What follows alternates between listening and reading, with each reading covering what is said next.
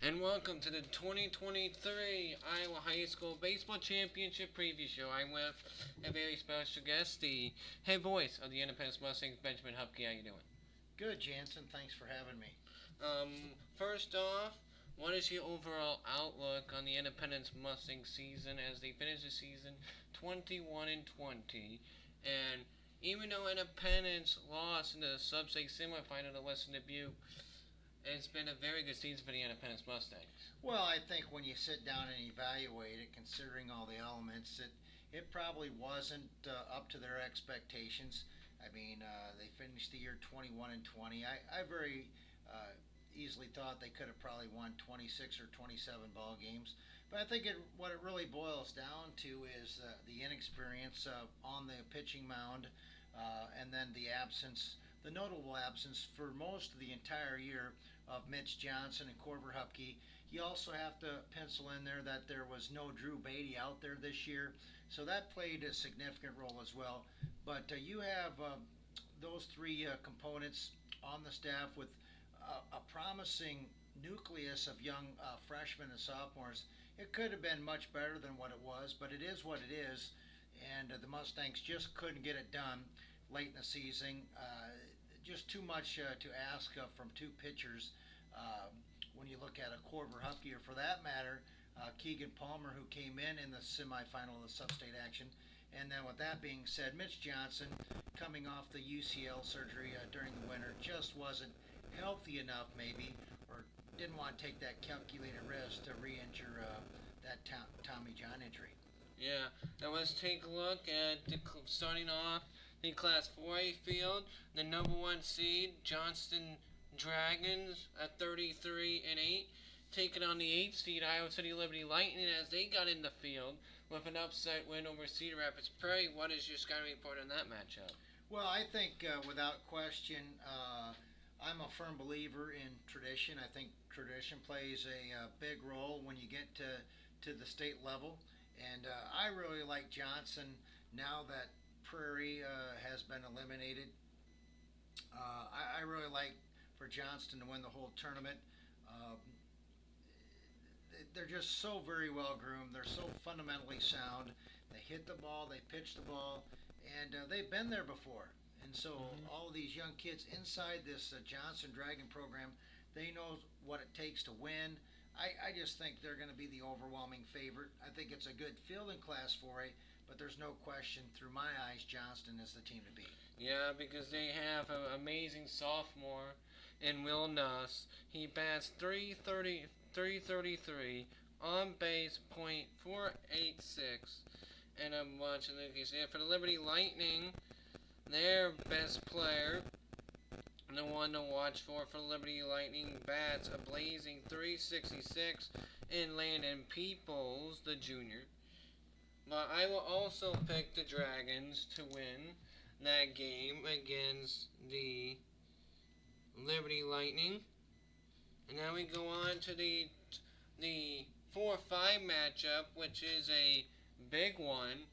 And the Dowling Catholic Maroons at 26 and 11 taking on the Dallas Center Grimes Mustangs at 20 and 6. This is a perfect example as you're as good as the schedule that you face, and I think Dallas Center Grimes is a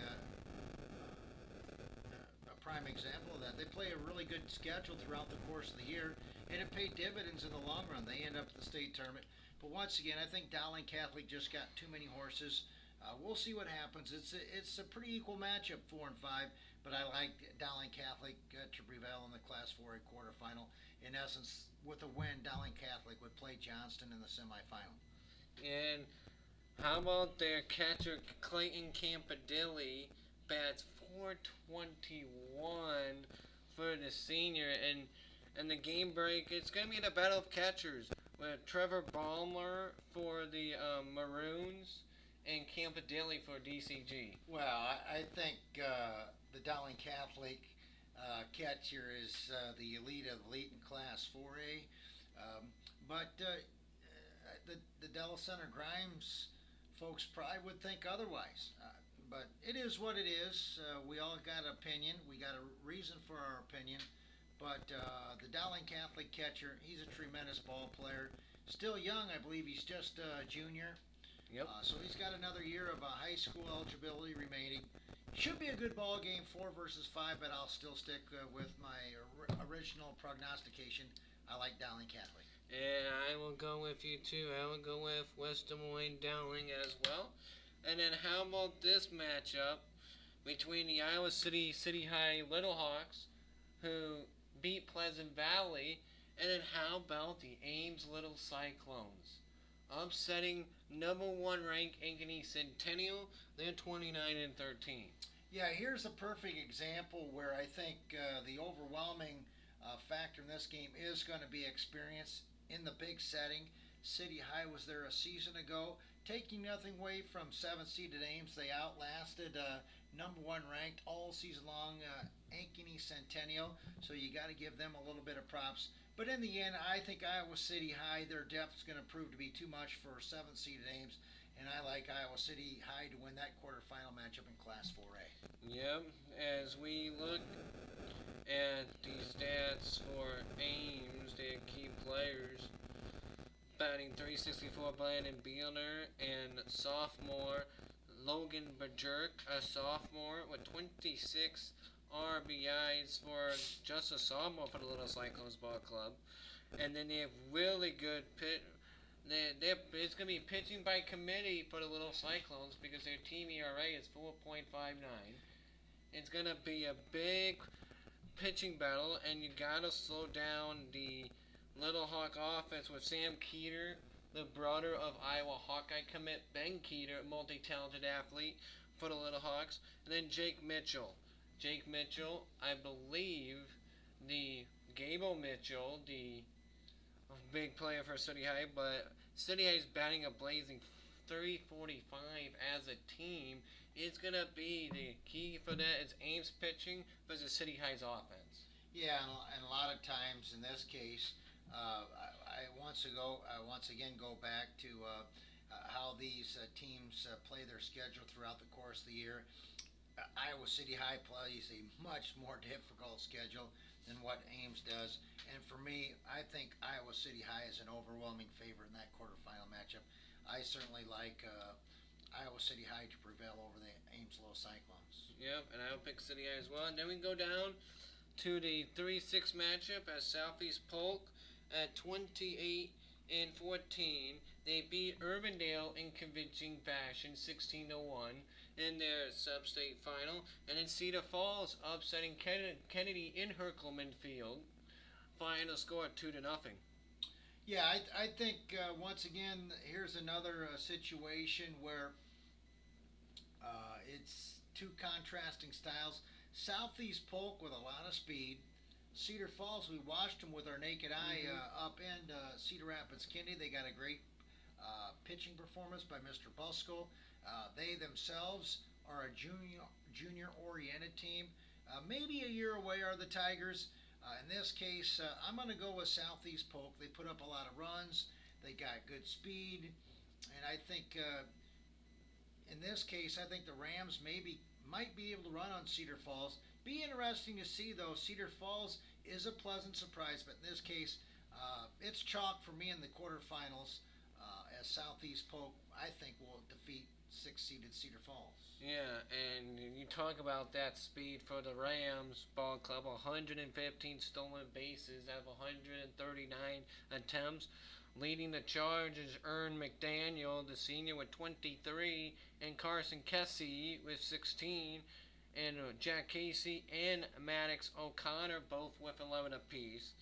And a big pitching performance got to be the forefront if the Tigers want to stand a chance. Yeah, I think what they've done at Cedar Falls with their baseball program stands out. But in this case, I just think, maybe their time has run out. We will certainly find out. But I just think Southeast Polk playing a much more difficult schedule inside the CMIL and then what you would experience with the Cedar Falls. Granted, the Tigers are inside that very, very good Mississippi Valley Conference, so they likewise play a competitive schedule, but nothing I think compares to what Southeast Polk plays in and night out. And for that reason, I just like Southeast Polk. So for me in Class 4A, it's all chalk. Number 1, Johnston. 4th seeded Dowling Catholic. 3rd seeded Southeast Polk. 2nd seeded Iowa City High. In the semis, I like Johnston over Dowling Catholic. I like Iowa City High over Southeast Polk. And then in the end, I think Johnston is just the team to beat, as I referenced several times already. I just think tradition plays such a big factor. The kids inside the Johnston baseball program, they've exhibited before. I think they'll exhibit it again. Champions are always champions, and I think they're going to extend yet another state championship inside that trophy case at Johnston High School. And I think that Johnson will beat West Des Moines Dowling in the semis. Then I have the Rams beating the Little Hawks in the semifinals. And then I have Johnston to win it all in Class 4A. Then we go to 3A, and this is where it gets really interesting inside the thing, as Western Dubuque, they barely survive with Mount Vernon inside Folly Park. Final score 4-3 as they take on the Harlan Little Cyclones, a team that outlasted the Lewis Central Council Bluff Titans. Yeah, I think the 1-8 matchup is a big mismatch. With this in mind, the Bobcats of Western Dubuque are going to have the services probably of their outstanding left-hand pitcher to start off the tournament. They could also go to Lindbecker, who looked really good against Independence in the sub-state semifinal. But for me, it's once again Western Dubuque. They're the defending state champions, and for good reason. We've seen them with our naked eye in the semifinal, and they hit the ball extremely well. They pitch it really well. They defend it very well. I don't see them winning the Class 3A field. I got an upset in this field through my eyes, but I think we gotta keep that upset under wraps until we get to there.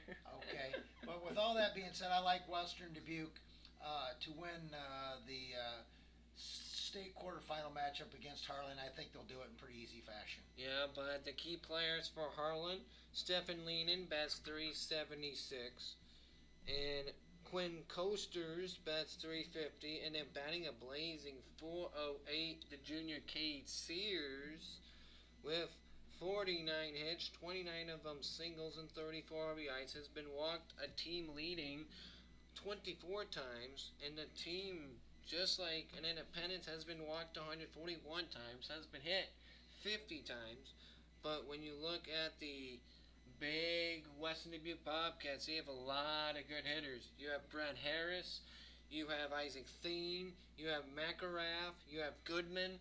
It's kind of pick a poison with Western Dubuque. Hey, there's one name you didn't mention. Don't forget Mr. Quagliano. Independence could never get him out this year. During the regular season, he had a big 3-run homer that really was a difference maker and the first of a double hitter back on May 31st at Independence. And then in the semifinal game, he took Corver Hupke out deep to left center field for a 2-run homer. So this kid can really hit. My concern for Western Dubuque would be their outfield play. We know Caleb Klein is really good, but they made some critical mistakes in that matchup against Independence, misjudging some fly balls in left and in right field.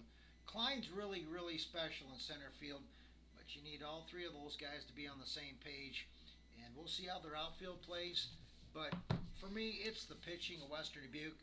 That's going to be the overwhelming difference against the Harlan Cyclones. Western Dubuque easy in game 1. Yep, me too. And this where it gets a little bit interesting, as the Dubuque Wahlert Catholic Golden Eagles takes on the Ballard Bombers. Wahlert Catholic at 29-13, taking on the 21-10 Ballard Bombers.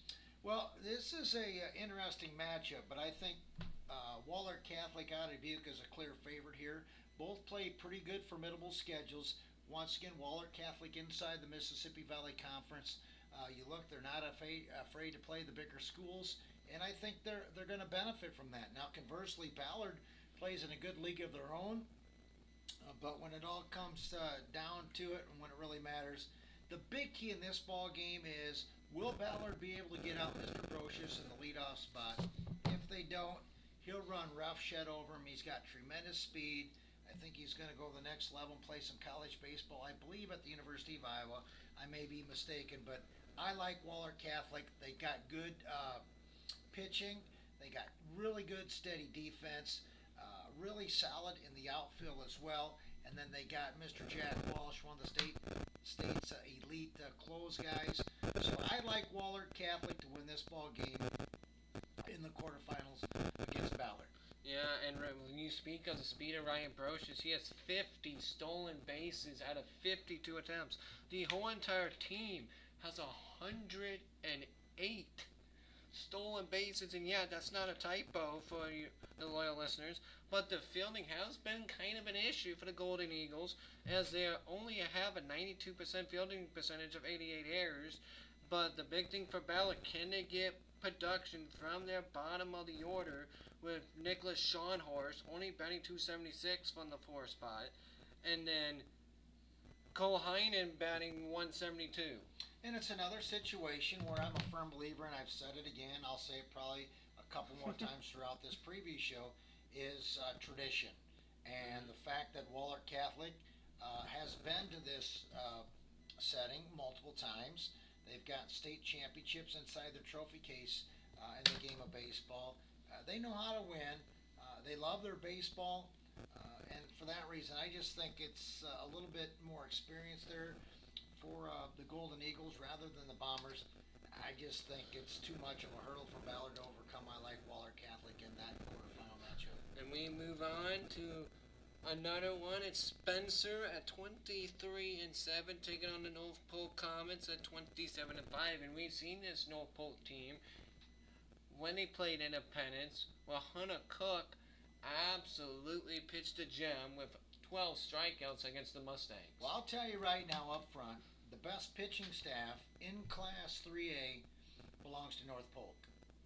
And if they can find a way to manifest runs, put pressure on the opposition, their pitching is good enough against anybody in the 3A field. We've already seen Western Dubuque and the quality of the hitting ball club they are.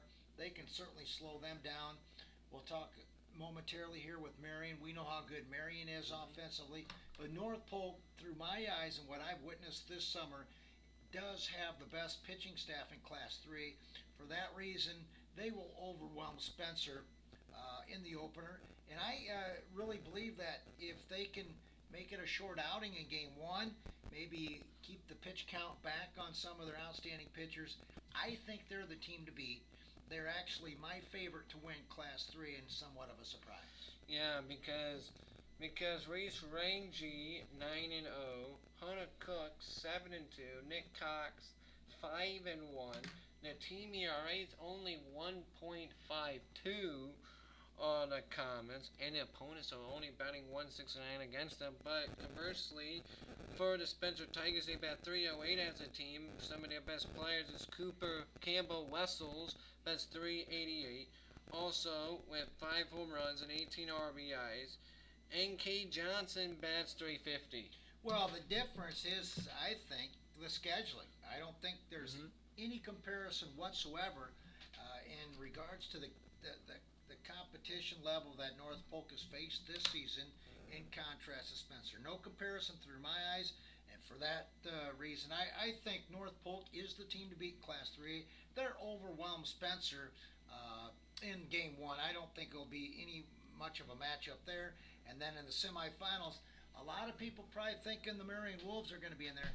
Once again, I think it's all going to boil down to pitching, and I really like North Polk. I like them to win the whole thing in Class 3A. Yeah, and on the last quarterfinals, the Marion Wolves taking on the Carlisle Wildcats, as the Marion Wolves have an outstanding player in Miles Davis.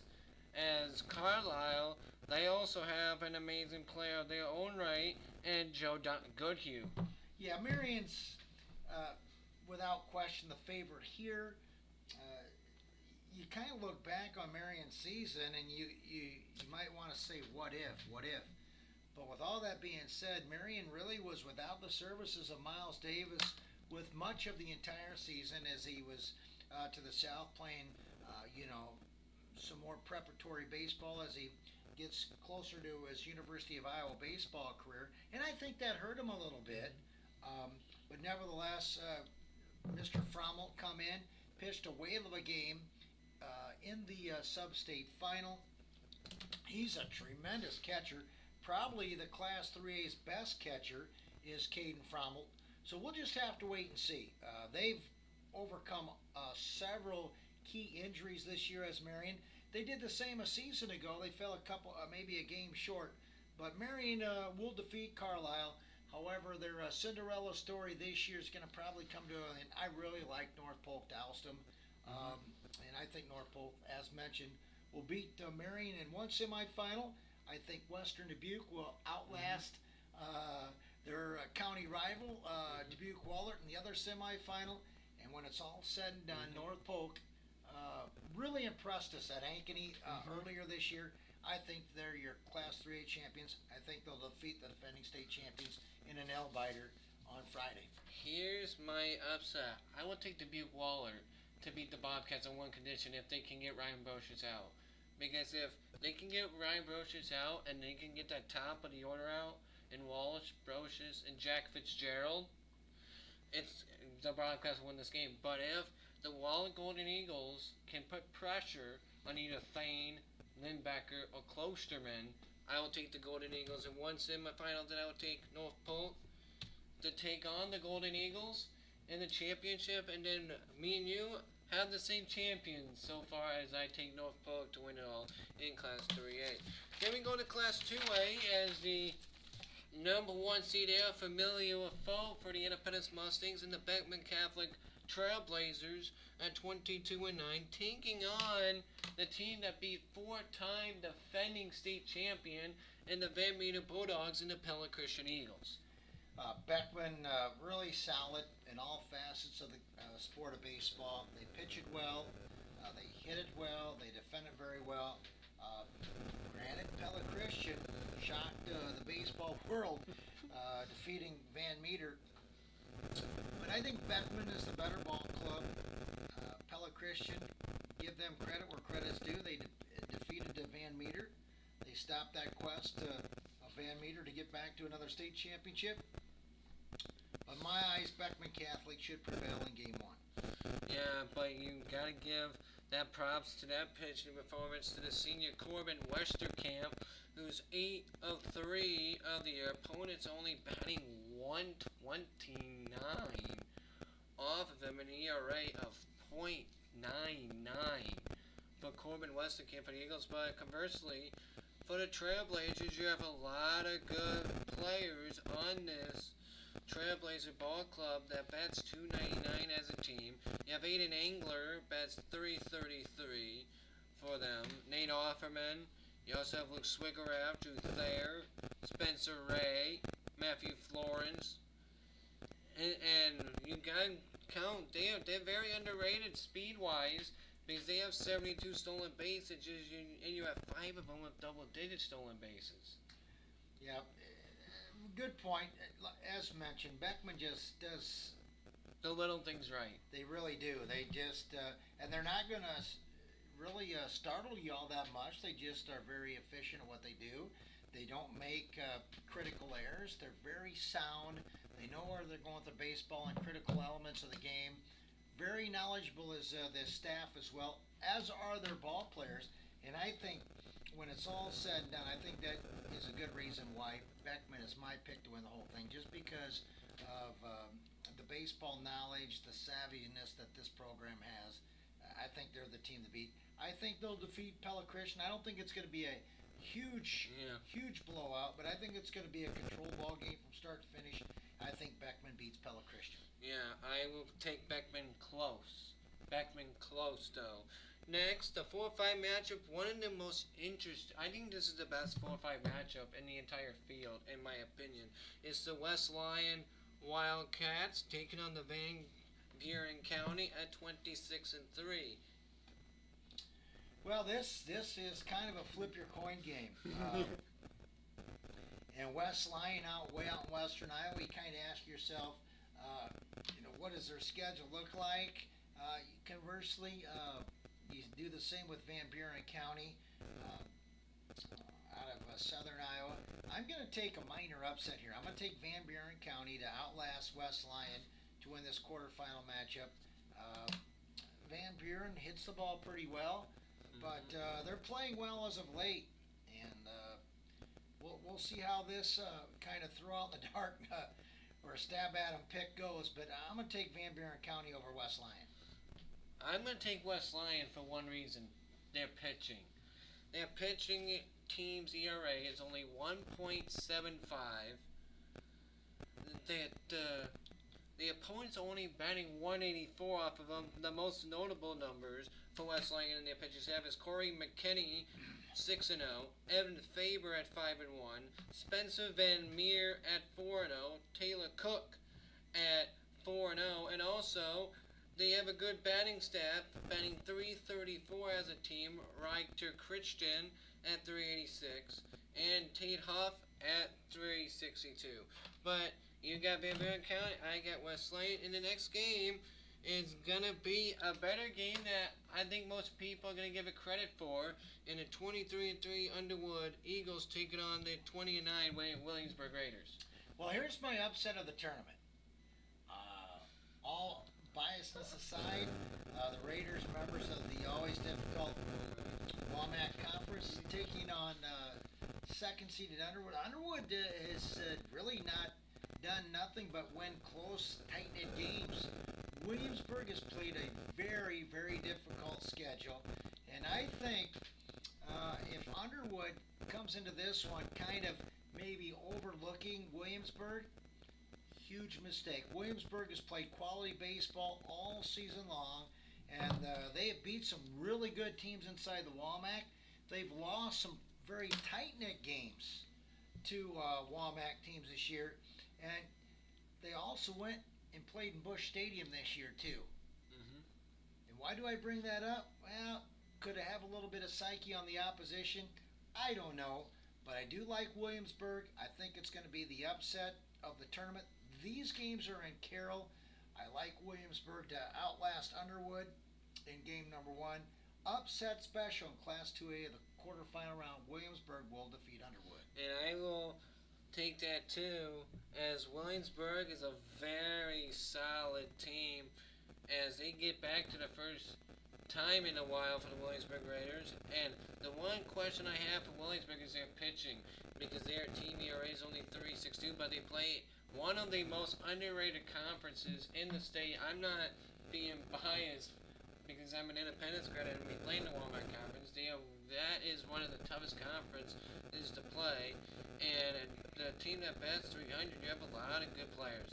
Maddox Dorman bats 352 with 3 home runs and 21 RBIs. You have Rice Heitman at 35 hits, 27 RBIs, and this team's a power threat with 7 home runs. Yeah, Williamsburg, don't sleep on them. You mentioned their ERA, it is a little bit elevated, well over 3, but it's because they play an absolutely ridiculous, difficult schedule. You can't falter them for that. That's just the way the league is year in and year out. The likes of Solon, the likes of Marion, the likes of Clear Creek and Man, the likes of West Delaware. I mean, you can go on and on and on about the WAMAC Conference, but Williamsburg doesn't take a back seat. They hop on the bus every time they go on the road. And they're not afraid of anybody. They won't be intimidated by Underwood. I just think the fact that they played in bigger games than what Underwood has this year, I think it's a big surprise in Class 2A, and for that reason, I really like Williamsburg in the opener. And then Cascade, the Cougars at 24-8, taking on the Woodward Granger at 20-5. Yeah, this is an interesting ball game because Woodward Granger can play some pretty good baseball. Although 6-seeded, they very well could have been a 4 or 5 seed. But once again, Cascade, they have some really tradition-rich baseball over there. The Cascade team, and I just think they're the best team on the bottom side of this bracket. I think they will outlast Woodward Granger. I like them over Williamsburg. I like them to get to the final, which would actually pit a huge rivalry, right? That only 15 miles separate both Beckman Catholic and Cascade. I like Beckman Catholic to defeat Cascade for my Class 2A championship, but Cascade on the lower side of the bracket is really the best of the four teams. I don't foresee anybody touching them.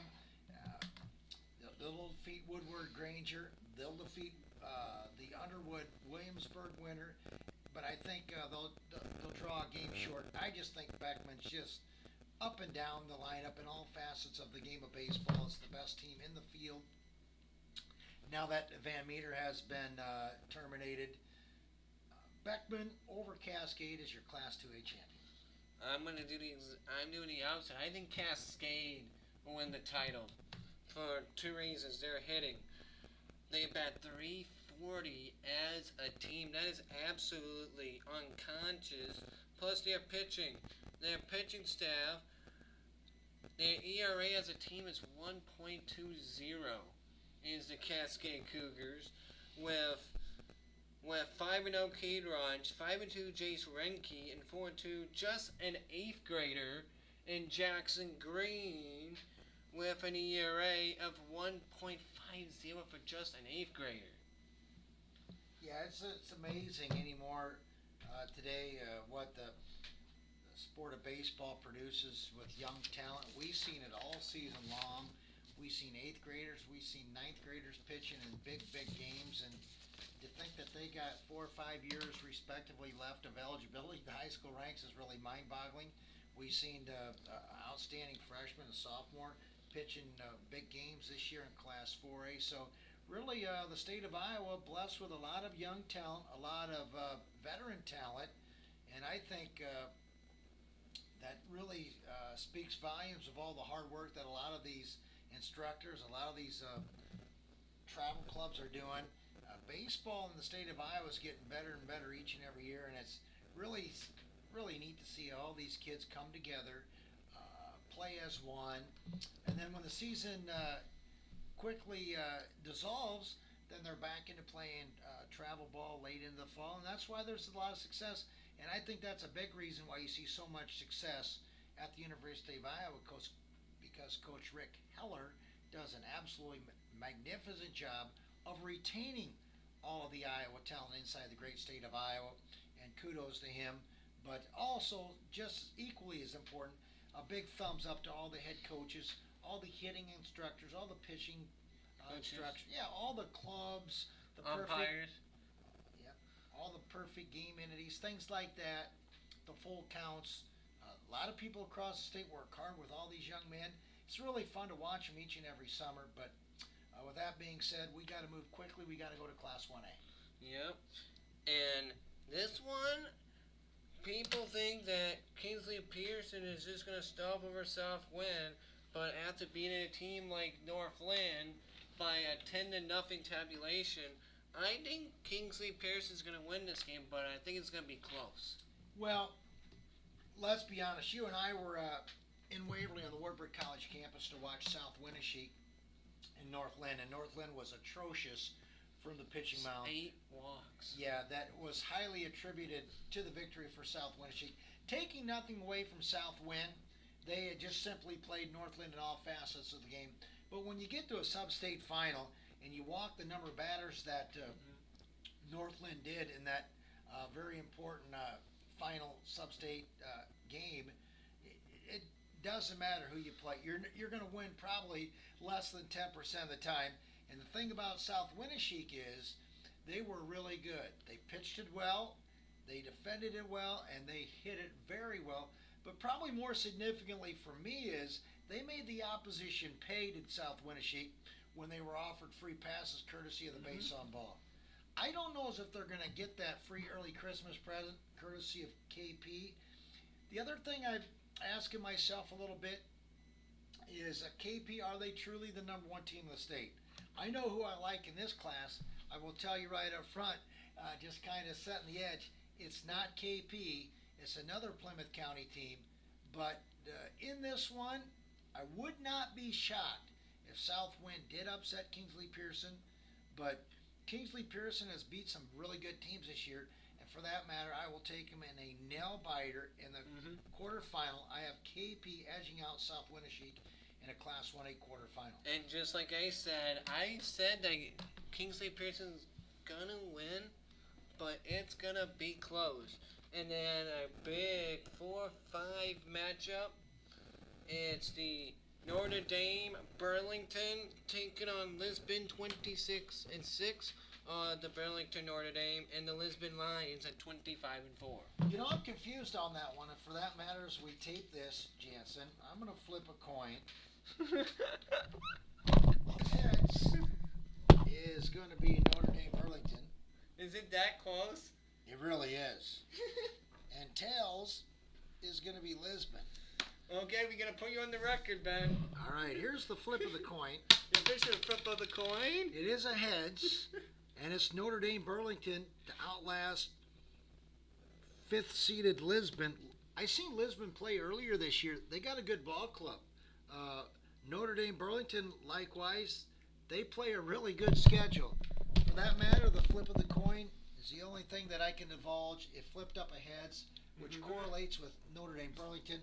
Notre Dame Burlington to win that quarterfinal in Class 1A. I like the way you did that, but these two teams can really hit the ball well.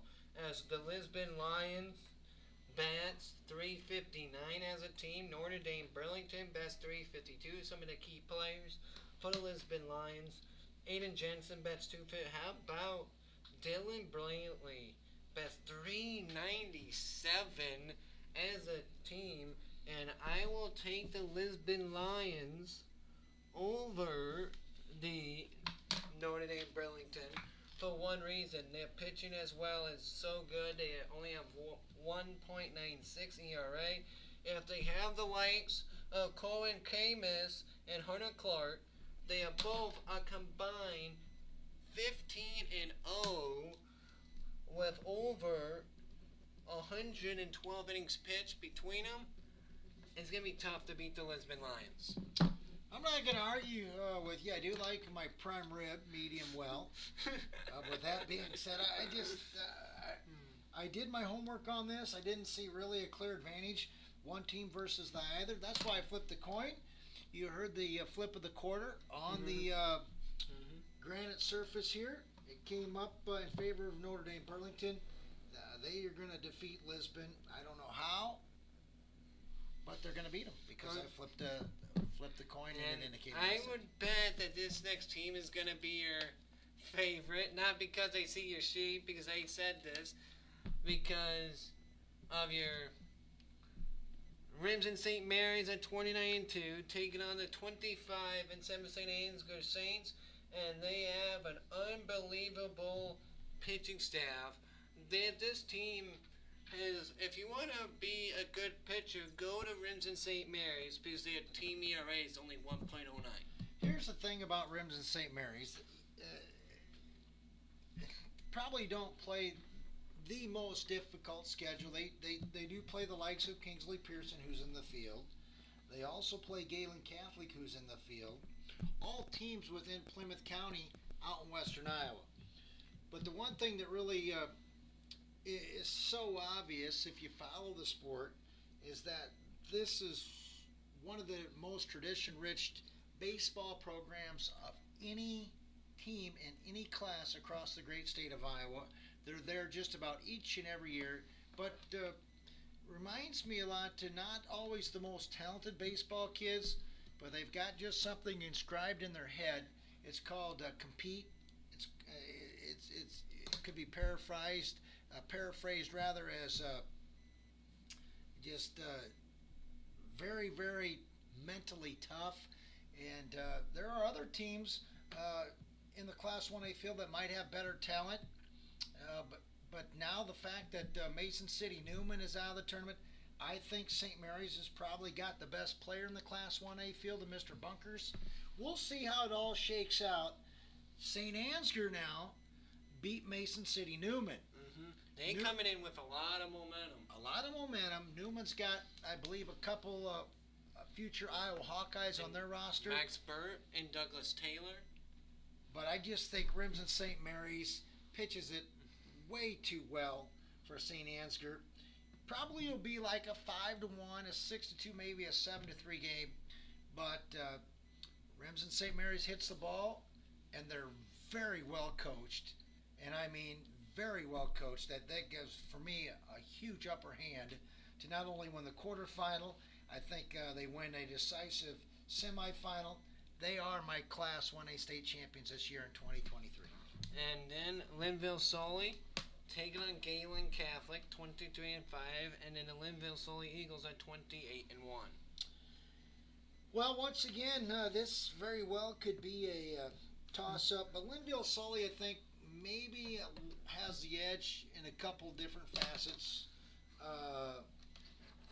of this matchup, and for that reason, I like Linville-Sully to outlast Galen Catholic in a maybe perhaps an extra inning game at Carroll Stadium in Carroll, Iowa. But it all is all for naught because you defeat Galen Catholic, you're not going to defeat Remsen St. Mary's on limited pitch talent. In contrast to Remsen St. Mary's, Linville-Sully in a close game against Galen Catholic, but that win will be for naught because they're going to get ousted by Remsen St. Mary's, the eventual champion. I have Galen Catholic to win the first round. Then I have Lisbon upsetting KP in the semifinal round with that pitching because if they can save, the golden scenario for Lisbon is one of the two of their good pitchers pitches in game one, and the other one pitches in game two. They're both undefeated. They would beat KP.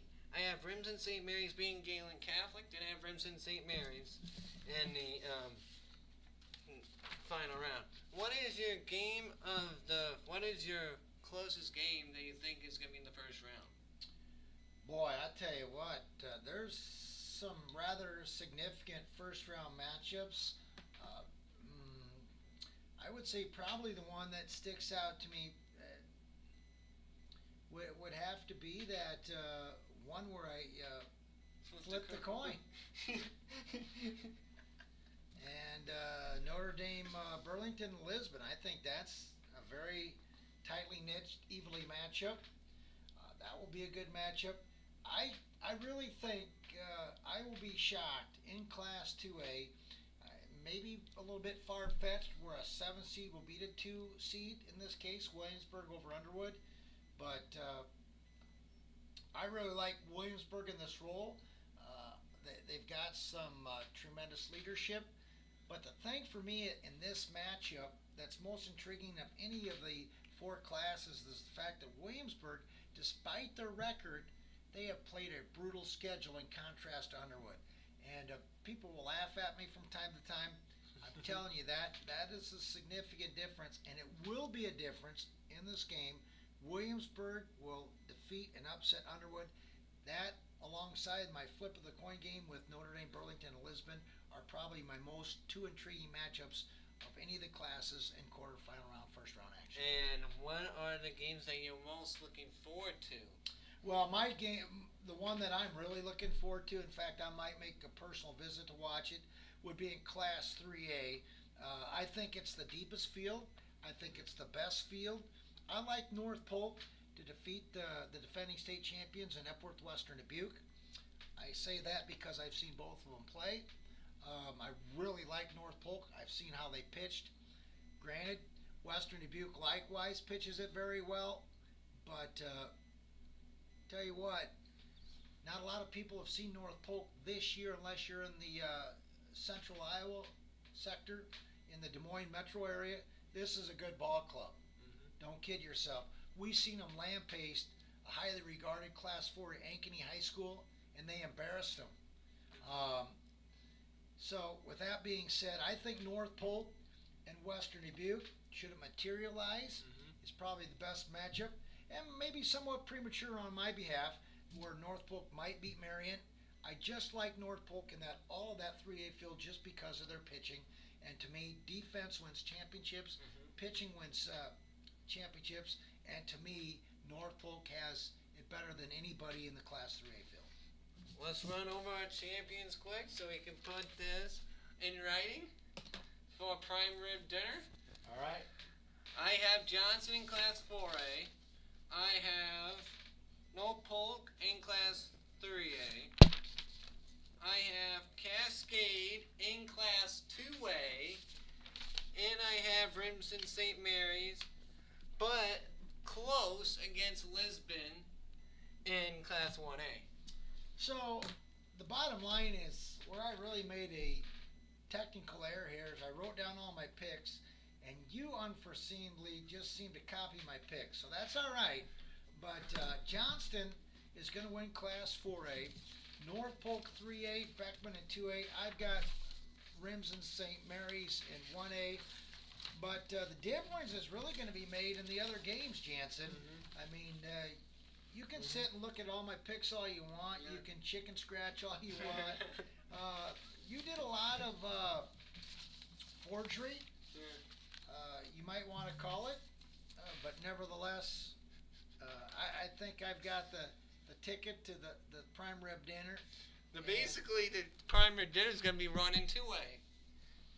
Definitely. A lot of difference between you and I in Class 2A. Also a little bit of difference between the both of us in Class 1A, where you seem to think Lisbon is going to outlast the upper side of the bracket, and you very well may be correct. But if they pitch it well, because they have two pitchers that are undefeated combined, they're starters. The two big starters are undefeated, and if they pitch well, watch out. Well, I've been around you long enough to know in the tutoring role that you're wrong more than you're right. But nevertheless, let's see how it all pans out. But it was a lot of fun. Go Johnston, go North Pole, go Beckman, go St. Mary's, and I'll be looking at a nice prime rib dinner, and a baked potato should be a lot of fun. For Jansen Turner, you're Benjamin Hupke. You've been listening to the 2023 Iowa High School Baseball Championship Preview Show on the JT Sports Network.